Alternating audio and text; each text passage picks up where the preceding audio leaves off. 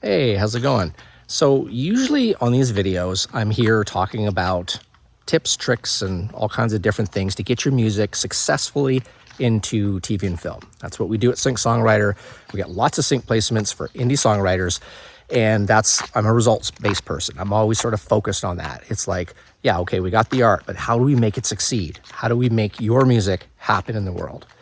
Well, there's another aspect of this that's really important to sort of understand is that it is about relationships. You know, the relationships are the things that are going to sort of move you forward. But what about the sort of day to day? What about the music that you make, why you make it, and sort of what you do? And today, I just wanted to give you an example from sort of my point of view. I want to talk about me for a second.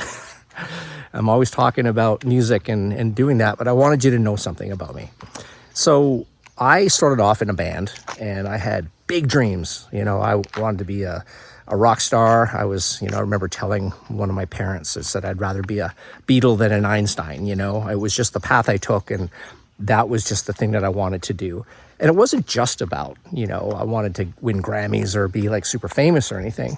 It was I wanted to reach people in a real way with my music, no matter how many people there were. The more the better, for sure.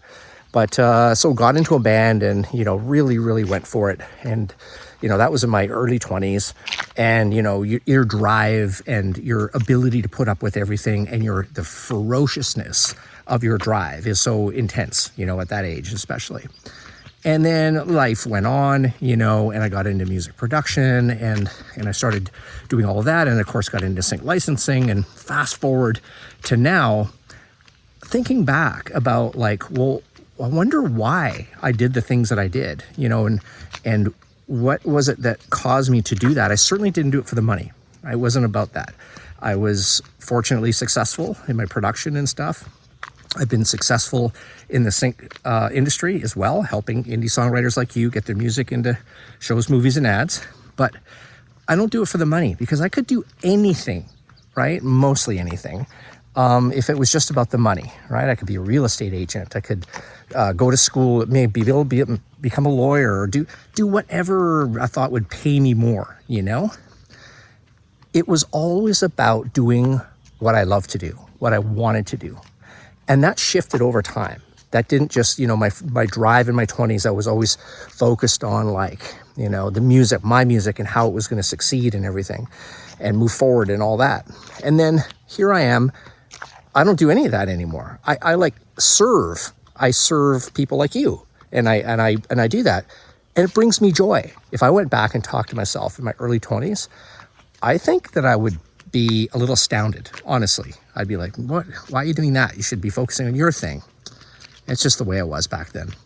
But it just brings me so much joy to see indie musicians succeed. It's less about me, it's more about sharing and helping people who have a dream, giving people something that I've got that they don't have, right? Which is connections and relationships, and my friends can become your friends and all that. I get such joy out of that, being a matchmaker in a way.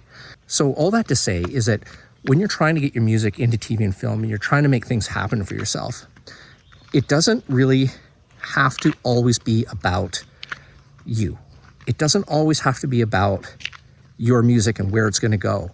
Think about your fans. Think about the people that you're serving. The way I serve you, you serve fans. You serve listeners. Think about them. Think about their life, how you're changing something inside them, why they listen to your music.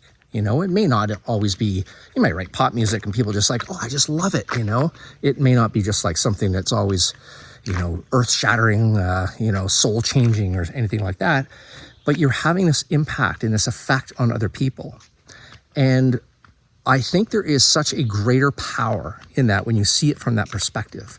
When you start seeing that it's not just about you and what you're trying to do and move forward. It includes other people. And I'm not saying that just to be like, be nice and all of that good stuff. I mean, yes, we all should do that. We all should be nice and everything.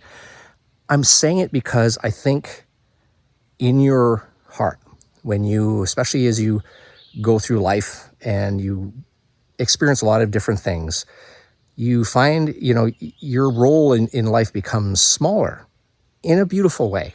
Like, I don't feel less because I don't focus on only me. I feel more because I focus on more people. And I just wanted to, I don't know, I just wanted to sort of get that in your mind about as you're doing this, and don't always be stressing out about like, how am I going to get this music out there? How am I going to make that happen and all that? We can talk about that in other videos. That's what I do.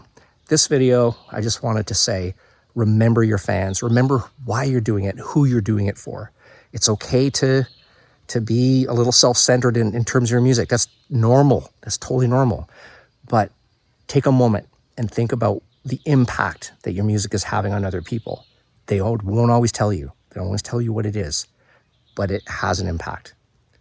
Anyway, leave me a comment below. Let me know. I'm really curious to see if you agree, or like what your take is on it. Are you just trying to really make it right now, or do you know the impact that you have on your community and your fans and stuff like that? Leave me a comment right below. I read every single one. I respond to them all, and I'll see you on the next one.